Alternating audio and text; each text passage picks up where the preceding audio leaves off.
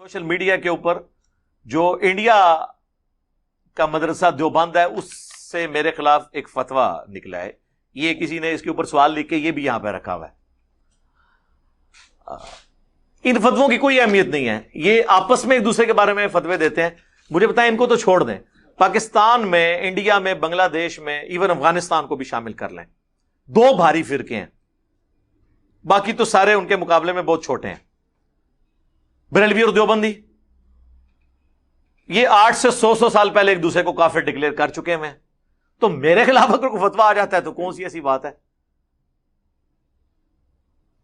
ہمارے کوئی 5 لاکھ علماء میرے ہاتھ پہ بیعت تو نہیں کیے ہوئے ہیں جس طرح مولانا فضل الرحمان صاحب کے ہاتھ پہ بیعت کیے ہوئے ہیں. 50,000 دیوبندیوں کی طرح میرے مدارس تو نہیں ہیں, نہ بریلویوں کی طرح ہزاروں مساجد اور مدرسے ہیں میرے اور لاکھوں علماء ہیں, نہیں. تو جب ان کے ایک دوسرے کے بارے میں فتوے آتے ہیں, 1905 میں حسام الحرمین کتاب لکھی احمد بریلوی صاحب نے, علماء عرب سے سائن کروائے, کتاب کا نام رکھا حرمین کی تلوار, اور اس میں انہوں نے 5 لوگوں پہ کفر کے فتوے لگائے, ایک غلام احمد قادیانی دجال کے اوپر اور 4 علماء دیوبند پہ, اور کنکلوڈ کرتے ہوئے انہوں نے لکھا کہ ان تمام لوگوں کے کفر میں شک کرنے والا بھی کافر ہے, یعنی تمام فرقہ دیوبندیہ. چلیں قادیانی کو تو ہم کافر مانتے ہیں, باقیوں کی بات ہو رہی ہے. اور انہوں نے کہا یہ مرتد ہیں, یعنی واجب القتل. اس کے جواب میں 1906 میں خلیل احمد سہارنپوری نے کتاب لکھی جس میں آلموسٹ 30 کے قریب اس زمانے کے علماء اور 20 آج کے علماء نے بھی, انکلوڈنگ تقی عثمانی صاحب اور اس زمانے میں اشرف علی تھانوی صاحب, انہوں نے سگنیچر کر کے 50 سے زیادہ علماء دیوبند نے اسے انڈورس کیا ہے کتاب کو. اشرف تھانوی صاحب کے سائن ہے باقاعدہ اس کتاب پہ. حسام الحرمین کے جواب میں لکھی المہند علی المفند, ہند کی تلوار ایک سٹھیائے ہوئے بابے کے اوپر. ہمیں کہتے ہیں ہمارے حضور بڑی میٹھی باتیں کرتے تھے, اور اس میں انہوں نے لکھا کہ احمد بریلوی اور ان کی جماعت ایک شیطانی لشکر ہے جو ہم پہ حملہ آور ہوا ہے, یعنی شیطانی لشکر. اور آگے انہوں نے لکھا جس طرح انبیاء پر شیاطین حملہ آور ہوتے تھے, علماء دیوبند رضی اللہ عنہم, انہوں نے کیا رضی اللہ عنہ 14ویں صدی کے مولویوں, ان پہ یہ بریلوی حملہ آور ہوئے ہیں. انہوں نے بھی اسلام سے نکالا, بلکہ اس کتاب میں انہوں نے آگے جا کے لکھا کہ محمد بن عبد الوہاب اور ان کی پوری جماعت یہ خوارج کی جماعت ہے, وابی, شیطان کا سینگ قرار دیا. فتاوی شامی کا حوالہ دیا کہ ہمارے تو بزرگ پہلے ہی کہہ گئے تھے یہ عبد الوہاب نجدی جو ہے شیطان کا سینگ ہے. اب ریالوں کے چکر میں ان کا آپس میں اتفاق ہوا ہے, ادروائز کتابوں میں تو سب کچھ موجود ہے. تو جو لوگ ایک دوسرے کو کافر کہیں, شیطانی لشکر کہیں, مرتد کہیں, اور کیا کیا زبان استعمال کریں, وہ حسام الحرمین میں احمد بریلوی صاحب لکھتے ہیں چوتھا فرقہ وہابیہ شیطانیہ, جو شیطان لعین کے پیروکار ہیں, جس طرح روافض شیطان اطاق کے پیروکار ہیں. وہ کہتے ہیں شیطان اطاق کے پیروکار ہیں رافضی, اور جو بڑا شیطان لعین ہے اس کے پیروکار ہیں یہ وہابی. اور وہابی وہ دیوبند اور اہل حدیث کو کمبائنڈ کہتے ہیں. اور یہ انہوں نے خود اس کی شرح بیان کی ہے احکام شریعت میں, جب ان سے پوچھا گیا کہ قادیانی اور وہابیوں کا ذبیحہ اس کے بارے میں آپ کیا فرماتے ہیں, تو احمد بریلوی صاحب ارشاد فرماتے ہیں, وہ فرماتے ہیں کہ جی وہابی, پھر انہوں نے بریکٹ کھولی خود ہی, دیوبندی, اہل حدیث, قادیانی, قادیانیوں کو بیچ میں شامل کیا.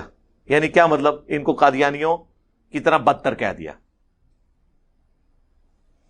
یہ سب کے سب, اور بیچ میں لکھا رافضی, یہ سب کے سب 1,00,000 دفعہ بھی اللہ کا نام لیں کسی جانور پہ, وہ جانور مردار ہی رہے گا. البتہ یہود و نصارہ کا ذبیحہ حلال ہے. تو یہود و نصارہ کا ذبیحہ اگر حلال ہو اور اہل حدیث اور دیوبند اور شیعہ کا ذبیحہ حرام ہو, تو اس کا کیا رزلٹ نکلا کہ احمد بریلوی صاحب دیوبند, اہل حدیث اور شیعہ کو یہود و نصارہ سے بھی بدتر سمجھتے ہیں. یعنی کہ یہود و نصارہ بہتر ہیں وہابیوں سے ان کے نزدیک. ہمیں کہتے ہیں, یہ کہتے ہیں جی قادیانی بہتر ہے یہود و نصارہ سے. نہیں سر, میں رجوع کرتا ہوں, قادیانی بہتر نہیں یہود و نصارہ سے، بلکہ یہود و نصارہ بہتر ہیں دیوبند اور اہل حدیث اور شیعہ سے بقول اعلیٰ حضرت کے. ہاں رجوع لینا چاہیے میرے کو، لو پھر رجوع، پھر اس قسم کے رجوع سامنے آؤں گے. وہ تو میں نے دعوت کے پوائنٹ آف ویو سے بات کی تھی کہ قادیانی چونکہ قرآن کو مانتے ہیں، عمل کرے نہ کرے تو عمل تو بریلوی دیوبندی کون سا کر رہے ہیں، ایاک نعبد و ایاک نستعین پڑھ کے بھی بابوں کو پکار رہے ہیں. کوئی کہتا ہے جی بابا قبر سے نکل کے صلح کروا کے چلا جاتا ہے، کوئی کچھ کلیم کرتا ہے. تو یعنی ایک سمجھ لیں اعلان کے طور پہ تو مانتے ہیں نا، تو ان تک بات پہنچانا آسان ہے. اللہ کا شکر ہے ہمارے اس پلیٹ فارم کی دعوت سے کتنے قادیانیوں نے اسلام قبول کیا ہے. اگر ہمیں چندہ اکٹھا کرنا ہوتا تو میرے پاس تو پوری زندگی کے لیے ذریعہ معاش موجود تھا کہ میں ان کی یہاں پہ لا کے ویڈیوز پروڈیوس کرتا. منتیں مارتے ہیں لوگ ود فیملی کے لیے، ہم ایک ویڈیو ریکارڈ آپ کے ساتھ کروانے کہ یار بھائی اللہ کے لیے ہوئے ادھر ہی رہو، حق قبول کیا اپنے گھروں میں رہو. کوئی کسی کو اعلان کر کے تو اس طریقے سے ضرورت نہیں ہے سامنے آنے کی. بس ٹھیک ہے آپ نے اللہ کے لیے کفر چھوڑ کے اسلام نبی علیہ السلام کی غلامی اختیار کی ہے، اس دجال کو چھوڑ کے تو اللہ کے لیے کیا. تو اس لیے ان فتووں سے ہمیں کوئی فرق نہیں پڑتا میرے بھائی. یہ فتوے آندہ بھی آئیں گے، ٹھیک ہے، اور اس کے اوپر اگر یہ جینون ہے، ویسے تو اس میں انہوں نے اینڈ پہ لکھا ہے کہ ہم نے پہلے بھی فتویٰ نکالا ہے، اور یہ اس پہ جو سوال انہوں نے لکھا ہے، السلام علیکم. وعلیکم السلام. آپ سے متعلق مدرسہ دیوبند انڈیا والوں کا جو درج ذیل فتویٰ کفر آیا ہے اس کے بارے میں آپ کیا رائے ہے؟ یہ فتویٰ کفر نہیں سرکار، یہ میں نے پڑھا ہوا ہے، یہ فتویٰ کفر نہیں ہے، بلکہ اس میں انہوں نے کہا ہے کہ یہ اہل سنت والجماعت سے خارج ہے اور گمراہ ڈکلیئر کیا ہے، کافر نہیں انہوں نے ڈکلیئر کیا. اللہ کا شکر ہے، ہاں کافر نہیں ڈکلیئر کیا. احتیاط علماء پتہ نا احتیاط سے فتویٰ لکھتے ہیں. اہل سنت والجماعت سے خارج ہے، تو وہ تو اہل سنت والجماعت سے تو ان کو احمد بریلوی صاحب نے پہلے ہی خارج کر دیا تھا اسام الارمین میں، یہ تو خود خارج ہیں. ہاں، اور انہوں نے احمد بریلوی کو نکالا اور ان دونوں نے مل کے اہل حدیث کو نکالا، اور سارے کہتے ہیں مجھے کیوں نکالا. ہاں ہاں، یہ مولوی کہتے ہیں مجھے کیوں نکالا، اور ان سب کو پکڑ کے میں نے نکالا. کیوں نکالا؟ اس لیے کہ تم نے مکے مدینے کے نام پہ سواریاں بٹھائی تھیں اور جا کے انڈیا کے شہروں دیوبند اور بریلوی میں جا کے جو ہے نا وہ پھینک دی، اس لیے تجھے نکالا. جی ہاں، چلیں مزہ لینے کے لیے پڑھ لیتے ہیں اس کو. کیا فرماتے ہیں علماء دین کے ایک شخص مرزا انجینئر محمد علی جیلمی. اچھا نام بھی دیکھیں جان بوجھ کے اس طرح کے لکھیں گے، میں نے تو اپنے ساتھ کبھی جیلمی لکھا ہی نہیں ہے. میرا نام تو محمد علی مرزا ہے اور انجینئر ظاہر ہے میرا ایک پروفیشن ہے، اور اسی کی ایبریویشن ہے امام. امام وہ آپ والا امام نہیں، EMAM، انجینئر محمد علی مرزا. اپنے عقائد نظریات کی روشنی میں اہل سنت جماعت سے خارج ہے یا نہیں؟ مرزا جیلمی کے مختصر نظریات درج ذیل ہیں جو اس کی یوٹیوب ویڈیوز اور پمفلٹ میں بیان ہیں. اچھا جی، یوٹیوب اور ویڈیوز میں ادھر پھر ریپیٹ کروں گا. میری ایک ویڈیو ہے YFIR کویسٹ ان لاہور ہائی کورٹ، 1.5 گھنٹے کی ویڈیو میں میرے خلاف آج تک جتنی ویڈیوز بنائی گئیں، بنائی جا رہی ہیں، بنائی جائیں گی، سب کا اصولی جواب میں نے پوائنٹس کی شکل میں دے دیا ہے کہ یہ طریقہ ہے آپ نے چیز کو جج کرنے کا. اس میں سب سے امپورٹنٹ ہے کہ پورا کانٹیکسٹ دیکھنا ہے، دوسرا اس ٹاپک کو بھی دیکھنا ہے کہ وہ ٹاپک کیا تھا، پھر اس سے ریلیٹڈ ساری چیزیں ایک جگہ جمع کرنی ہے، پھر میرا اسکول آف تھاٹ آپ کے سامنے آئے گا. چلیں لے لیتے ہیں.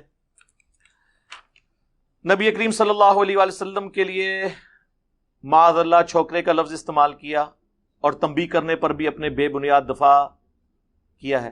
میں نے استعمال نہیں کیا، میں نے یہ کہا کافر کہتے تھے. یہ ضد تو علماء یہود میں آئی ہے، تو انہوں نے نبی کے سامنے ہوتے ہوئے ان کو ماننے سے انکار کر دیا. اللہ تعالیٰ ماتا نا ان الدین عند اللہ الاسلام، اللہ کے حضور تو صرف دین اسلام ہی ہے. وَمَخْتَلَفَ الَّذِينَ أُوتُوا الْكِتَابَ إِلَّا مِن بَعْدِ مَا جَاءَهُمُ الْعِلْمُ بَغْيًا بَيْنَهُمْ. اہل کتاب کے علماء نے یہ واضح علم آ جانے کے بعد جو نبی کا انکار کیا، بغیم بینہم، ضد کی وجہ سے کیا کہ ہم اس کے نیچے کیوں لگے، یہ ہمارے نیچے کیوں نہ لگے. اس لیے میں کہتا ہوں مولوی اتنی پیڑی شے اللہ دے بندے ہو کہ وقت پیغمبر دی گل کوئی نہیں سندا، تہاڈی میری کنے سننے. یعنی علماء یہود پروفٹ کے مقابلے میں کھڑے ہوئے تھے اور انہوں نے اپنی پبلک کی مت مار دی. 10 یہودی بھی ایسے نہیں تھے جو آپ پہ ایمان لائے ہوں آپ کی مبارک زندگی کے اندر. کیوں؟ بغیم بینہم. مولوی ان کے بڑے بڑے جو پادری بیٹھے ہوئے تھے وہ کہتے تھے یہ کل کا چھوکرا آ کے ہمیں بتائے گا. یعنی نبی علیہ السلام تو ان کے بچوں کی مانے دی تھے نا, عمر کے اعتبار سے دیکھا جائے. جہاں 70-80 سال کے بابے بیٹھے ہوں, وہاں ایک 40 سال کا بندہ اگر دعوت حق لانچ کرے, یا 50 سال, آپ علیہ السلام جب بھی نہیں مدینہ شریف میں گئے ہیں ہجرت کے وقت 52 ایئرس کے قریب ایج تھی, تو کس نے بات سننی ہے جناب؟ آج نہیں لوگ بات سن رہے. تو آپ یعنی یہ جو علماء کا فتنہ کتنا بڑا فتنہ ہے کہ اگر علماء ہردرمی پہ اتر آئیں تو وقت کے پیغمبر کی بات بھی کوئی نہیں سنتا. حضرت عیسیٰ علیہ السلام کے مقابلے پہ کون کھڑا ہوا تھا؟ علماء یہود. چلیں یہاں تو یہ تھا کہ نبی علیہ السلام بنو اسماعیل میں سے تھے اور یہودی جو بنی اسرائیل میں سے. حضرت عیسیٰ علیہ السلام تو آئے بھی خود یہودی نسل تھے, بنی اسرائیل تھے, ان کی بات بھی نہیں سنی, صرف اس لیے کہ انہوں نے غلطیاں ہائی لائٹ کی. آج بھی آپ مولویوں کی غلطیاں ہائی لائٹ کریں, ان کی دم پہ آپ پاؤں رکھ کے دیکھیں, نہیں بات مانیں گے. اور خود انہوں نے ہر طرف ادھم مچایا ہوگا, ہر ایک کی غلطی ہائی لائٹ کریں گے. اسی اور اصول اور مبادی کے اوپر جب آپ ان کی غلطی ہائی لائٹ کریں, وہ بات ماننے کے لیے تیار ہی نہیں ہوں. یہ میں نے بار بار اس کی کلیریفیکیشن دی ہے کہ قرآن حکیم بھرا ہوا ہے اس طرح کے الفاظ سے جو کافر نبی علیہ السلام کو کہتے تھے. کبھی کہتے تھے مجنون ہے, کبھی کہتے تھے دیوانہ ہے, کبھی کہتے تھے اسے پریشان خواب آتے ہیں, کبھی کہتے تھے اس نے ایک اجمی غلام رکھا ہوا ہے جو اسے پڑھاتا ہے, کبھی نبی علیہ السلام کی بیوی پہ تہمت لگاتے تھے. سب سے بڑھ کر وہ کہتے تھے اس پہ وہی نازل نہیں ہوئی, یہ جھوٹا ہے, نعوذ باللہ یہ دعویٰ کرتا ہے نبوت کا, یہ نبی ہے نہیں. یہ سارے الفاظ ہوتے تھے. اور کافر جب اس طرح کی ڈسکشنز کرتے ہیں تو ان کو جب جنرلائز بیان کیا جاتا ہے نا, تو اس کے لیے کچھ چیز محاورتاً بات استعمال کی جاتی ہے. اور محاورتاً جب بات کافروں کے ریفرنس سے بیان کر رہے ہوتے ہیں آپ, تو وہ کافروں کا قول ہوتا ہے, وہ آپ نہیں کہہ رہے ہوتے. مثلا قرآن میں سورۃ الانبیاء کے اندر حضرت ابراہیم نے جو پورا پلان کیا تھا, بتوں کو توڑ کے پھر انہوں نے بڑے بت کے کندھے پہ کلاڑا رکھا, تو جب بعد میں وہ میٹنگ کال ہوئی نا بزرگوں کی, علماء کرام کی, ان کے بابوں کی, تو انہوں نے کہا کہ ہم نے ایک چھوکرے کے بارے میں سنا ہے جس کا نام ابراہیم ہے, وہ ہمارے بتوں کا ذکر کرتا تھا برائی کے ساتھ. اب آپ کہیں گے یہ لفظ موجود نہیں ہے, ظاہر ہے جی عربی میں تو 6 نہیں ہوگی نا, 6 ہے کی بنی 6. وہاں پہ ہم نے ایک نوجوان کو سنا جو یہ کرتا تھا. تو نوجوان کے لیے ہمارے پنجابی زبان میں بھی چھور آیا, اور انہوں نے پکڑ کے نعوذ باللہ من ذالک, اور کہتے ہیں جی وہ آپ کو بھی ایک دفعہ کسی نے چھوکرا کہا تھا تو آپ برا مانے تھے. مجھے کہا تھا جاہل چھوکرا. آپ کہیں پڑھا لکھا مولویاں نو ناکوں چنے چوانے والا ایک چھوکرا. ہاں لیاؤ میں اپنی زنانی نو ویڈیو دکھاؤں گا خوش ہو کے, خدا کے لیے. فی نفس سے یہ لفظ برا نہیں تھا, ویسے بھی کافروں کے ریفرنس سے بیان ہوا. اگر آپ اس کو برا بھی لینا چاہتے ہیں, پھر اللہ کی غیبی مدد ہمارے ساتھ آئی. چند دن پہلے پاکستان کے سب سے بڑے گول کیپر اہل حدیث کے قاری خلیل الرحمان حافظہ اللہ تعالی,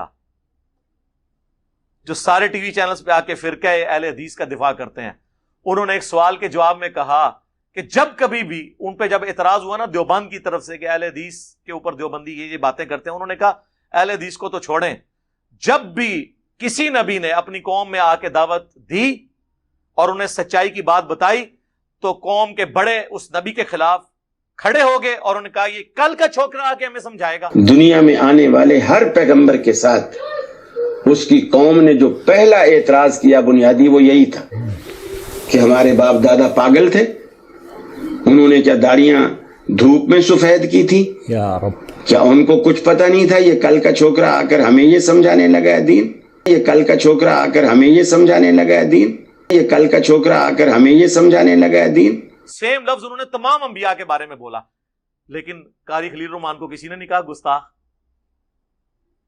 اور کہنا بھی نہیں چاہیے.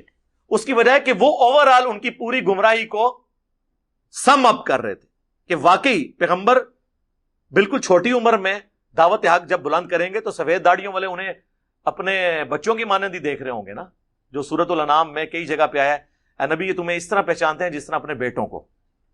نبی علیہ السلام کی عمر مبارک اور ان کی بابوں کی عمریں دیکھیں تو باپ بیٹے کی عمر کا فرق تھا. تو ہم نے کبھی نہیں کہا کہ آپ ان پہ گستاخی کا فتویٰ لگائیں, وہ جنرل بات کر رہے تھے. اور یہ اردو چونکہ ان کو نہیں آتی, اردو میں محاورتاً, ہم پنجابی میں بھی جب بات ہوتی ہے ہم کہتے ہیں ایک اللہ بچہ آ کے منو سمجھائے گا, یہی کہتے ہیں نا, اس کو اردو میں اس کے لیے یہ لفظ استعمال ہوتا ہے کہ یہ کل کا چھوکرا آ کے مجھے سمجھائے گا. اور جب انبیاء کرام کے مخالفین انبیاء کو جب خطاب کرتے تھے اس طریقے سے ہی باتیں کی جاتی تھی. باقی اگر آپ کہیں آپ ایک ایک لفظ دکھائیں, نہیں, جنرل جب بات ہوگی وہ سارے الفاظ کا قرآن و حدیث میں رپورٹ ہونا ضروری نہیں, اوور آل ڈاکٹرین ہوتی ہے. ورنہ تو کئی ایک باتیں ان کے اپنے لوگوں نے بھی اپنی کتابوں میں لکھی ہوئی ہیں, ہم وہ کہیں کہ یہ بتائیں یہ لفظ کہاں پہ موجود ہے, اس طرح نہیں ہوتا. اسی طریقے سے نبی علیہ السلام کے لیے ڈائریکٹ ایکچولی تھانوی نے علم غیب کے لیے حفظ الامان میں کہا تھا, حفظ الایمان کتاب چھوٹی سی کتابچی ہے, کہ رسول اللہ صلی اللہ علیہ وسلم کو بھی علم غیب ہے, اور یہ کوئی رسول اللہ کی تخصیص نہیں ہے, بلکہ یہ علم الغیب ہر پاگل, مجنون اور جانور کو بھی حاصل ہے, کہ اس کی بھی چھٹی حصے اس کو آنے والے معاملات کا پتہ چل جاتا ہے. رسول اللہ کے علم الغیب جو وحی کی تائید کے ساتھ تھا اسے تشبیہ دی. اسی لیے اسام الارمین میں احمد بریلوی نے ایشوری تھانوی پہ کفر کا فتویٰ لگایا, بالکل ٹھیک لگایا, کیونکہ رسول اللہ کے لیے انہوں نے اپنی طرف سے ایک بات منسوب کی. اگر یہ وہ کہتا نا کہ کافر یہ کہتے تھے پھر تو بات ختم ہو جاتی. مجھے کہتے ہیں چھوکرا لفظ استعمال کیا, تو وہ تو جھوٹ بول رہے ہو میرے اوپر, میں نے تو کافروں کے رفظ, تم نے تو ڈائریکٹ یہ لفظ استعمال کیا کہ حضور کا علم غیب تو جانوروں والا علم غیب ہے, نعوذ باللہ, اس کے ساتھ تشبیہ دی ہے تم نے.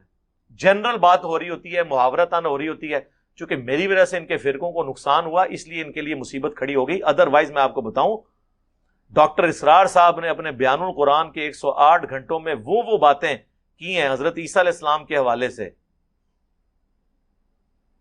کہ یہودی ان کے اوپر جو الزام لگاتے تھے, کیونکہ عیسائی سمجھتے تھے کہ جسے ہم خدا سمجھتے ہیں اس کے قاتل یہ ہیں, انہوں نے سولی چڑھایا ہے. یہودی سمجھتے تھے کہ کافر جو تھا, مرتد جو تھا, جادوگر تھا, ولد الحرام تھا, ولد الزنا تھا, اسے یہ خدا کا بیٹا بنائے پھرتے ہیں. اب یہ اس قدر یعنی کنٹراسٹ ہے اتنی ایک دوسرے کے خلاف کہ ان کے اندر کوئی پوائنٹ آف میٹنگ ہے ہی نہیں, کہ یہ لوگ ان کو پتہ چل جائے تو ان پہ فتوے لگاتے ہیں, لیکن نہیں لگائیں گے ابھی بھی. اس کی وجہ ہے کہ ان کی وجہ سے ان کے فرقوں کو نقصان نہیں ہوا, اور نہ میں نے کبھی لگایا.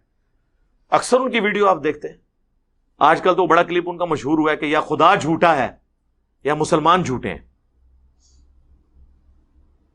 کیونکہ سورہ آل عمران میں ہے کہ تم ہی غالب رہو گے اگر مؤمن ہو.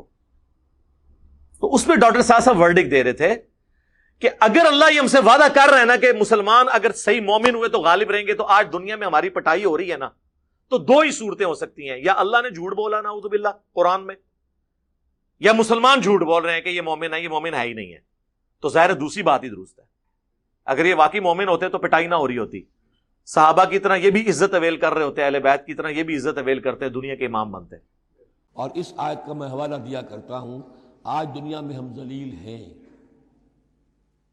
اعلیٰ تو نہیں ہے, بلند تو نہیں ہے. نتیجہ کیا نکلتا ہے؟ ایمان نہیں ہے ہمارے اندر, یا پھر قرآن اللہ کا کہنا جھوٹ ہے. انتم الاعلون ان کنتم مؤمنین. ہو نہیں سکتا کہ امت کے اندر ایمان موجود ہو اور پھر وہ دنیا میں ذلیل و خوار ہو. لیکن اگر آپ کوئی ڈاکٹر اسرار صاحب سے پوچھے کہ قرآن میں اور حدیث میں کہاں لکھا ہوا ہے کہ یا اللہ جھوٹا ہے یا ایمان والے جھوٹے ہیں, اللہ کو آپ نے جھوٹا کہہ دیا, آؤ نا بچے میدان سے, تو ہم کیا کہیں گے, وہ ڈنگرو بات کو سمجھو. وہ اللہ کو جھوٹا نہیں کہہ رہے, وہ بات بتانا چاہ رہے. نہیں, قرآن و حدیث سے ثابت کریں کہ نبی علیہ السلام نے اس طرح مثال دے کے کبھی بات کی ہو کہ یا اللہ جھوٹا ہے خدا کے لیے. اس طرح نہیں ہوتا. جب زبان میں آپ کسی چیز کو ڈسکشن کر رہے ہوتے ہیں, پھر اسی طریقے سے ڈسکشن ہو رہی ہوتی ہے, اس زبان کے محاورے استعمال ہو رہے ہوتے ہیں. یہاں تو کتنا عرصہ مولوی لڑتے رہے ہیں کہ اللہ کو خدا کہہ سکتے ہیں یا نہیں. ہاں, اہل حدیثوں نے تو اسے اسماء و صفات کا مسئلہ بنا کے بریلوی اور دیوبندیوں کو گمراہ, بلکہ کہا کہ یہ توحید کے منکر ہیں, یہ اللہ کو خدا کہتے ہیں. خدا تو بت کے لیے استعمال ہوتا ہے. تو میں نے کہا خدا کے لیے یار. پھر اللہ نے ان کے اوپر خود ایک آزمائش ڈال دی. جب ڈاکٹر ذاکر نائک انہی کے فرقے سے, انہوں نے تو گاڈ کا لفظ بھی استعمال کیا. ٹھیک ہے جی, انہوں نے تو ہندوؤں کے ہاں جو اللہ کے لیے الفاظ استعمال ہوتے تھے, وشنو, سسٹینر, رب, وہ بھی استعمال کیا, خدا بھی استعمال کیا.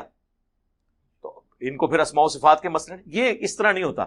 جو بھی کسی زبان کے اندر گاڈ کے لیے لفظ استعمال کیا جائے, انگلش میں بھی کیپٹل جی سے گاڈ لکھا جاتا ہے, وہ جو چھوٹے آلیہ ہیں وہ چھوٹے جی سے لکھے جاتے ہیں. اسی طریقے سے ہندوؤں کے ہاں بھی جو لفظ استعمال کرتے ہیں بھگوان کا, وہ اسی ایک گاڈ کے لیے کرتے ہیں. ہم اردو میں خدا اسے کہتے ہیں, یا فارسی میں خدا کہا جاتا ہے.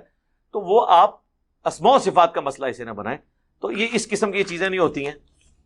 اچھا جی, صحابہ کرام پر کھلم کھلا تنقید کرتا ہے. نعوذ باللہ, ہم نے صحابہ کرام پہ کبھی بھی تنقید نہیں کی ہے. 2-3 بندوں کو صحابہ کرام آپ نے بنا دیا ہے. یہ تو اسی طریقے سے 2-3 پاکستانیوں کے اوپر کوئی تنقید کر کے باقی سارے پاکستانیوں کے فضائل بیان کرے تو آپ اسے کہیں گے کہ یہ پاکستان پہ حملہ کر رہا ہے. نہیں, وہ 2-3 بندوں پہ ہے نا, ان 2-3 بندوں کا کہا کریں. اور وہ تنقید خود نہیں کرتا, وہ کرتا ہے جو بخاری مسلم میں ان کے بارے میں احادیث موجود ہیں. اور وہ تنقید بھی برائے اصلاح ہو رہی ہوتی ہے, نہ کہ ان کی کوئی عزت کم کرنے کے لیے. ورنہ تو ہمارے پمفلٹوں میں ان بندوں کے ناموں کے ساتھ رضی اللہ عنہ لکھا ہوا ہے, چاہے حضرت معاویہ ہوں, حضرت مغیرہ ابن شعبہ ہوں, عمر بن عاص ہوں رضی اللہ عنہم اجمعین. 3 بندوں کو صحابہ کرام آپ نے کہہ دیا. وہی صحابہ تو آپ خود کہتے ہیں 1 لاکھ سے زیادہ ہیں, ان میں 3 بندوں کا تو آٹے میں نمک والا بھی معاملہ نہیں ہے. لیکن اگر یہی 3 بندے ان لوگوں کے خلاف ہوں جن کو ہم خلفائے راشدین مانتے ہوں,